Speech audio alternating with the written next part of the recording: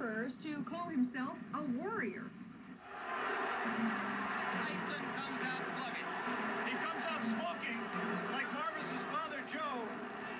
Marvis must move or we're going to be out of here very, very quickly. Uppercut, and Marvis is hurt. Tyson is down. He can deliver sledgehammer-like blows with either hand from any angle. Thundering hooks and crushing uppercuts are thrown with what he calls murderous intent.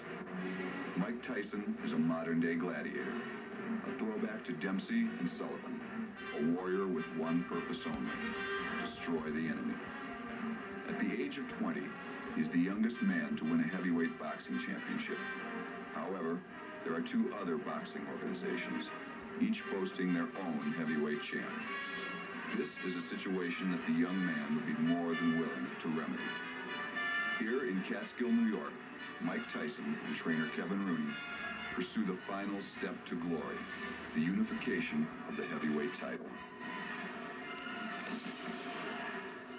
What I feel is most definitely I take an honor, and it's so much of a privilege for me to hold the responsibility of being heavyweight champ of the world. And the most positive effect I would love to have is for kids, because I love kids, and I feel to be champ of the world, you must remain responsible among the kids. I really, the youth and the young generation of today, they go around and say, I need idols, and there's a lot of athletes who they look up to, and they're on drugs, and, it crushes kids, it breaks their hearts.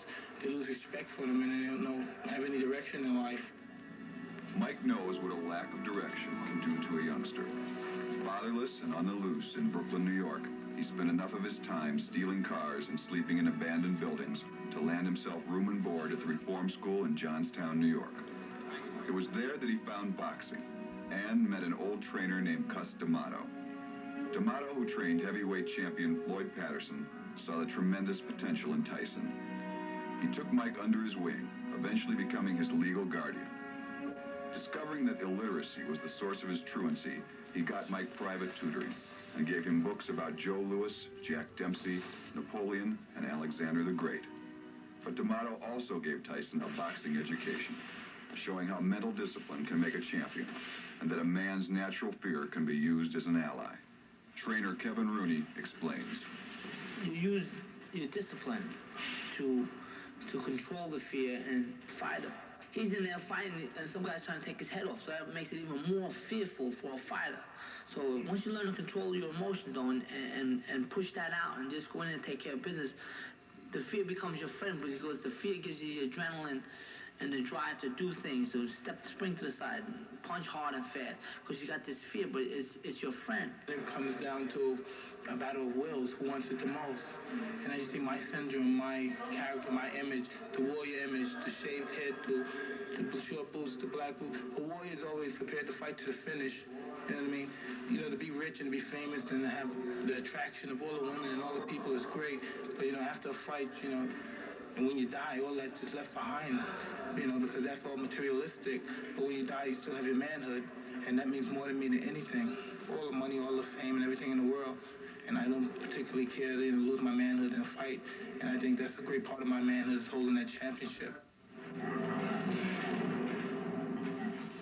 Some say Tyson can be another Muhammad Ali, restoring excitement to a division long lacking the exciting boxers of past decades. You see the power, you see the knockouts, you see the speed. You don't see the smarts. He has power and speed, that's all good. These are all good attributes, but it's his elusiveness, it's that he can make a guy miss.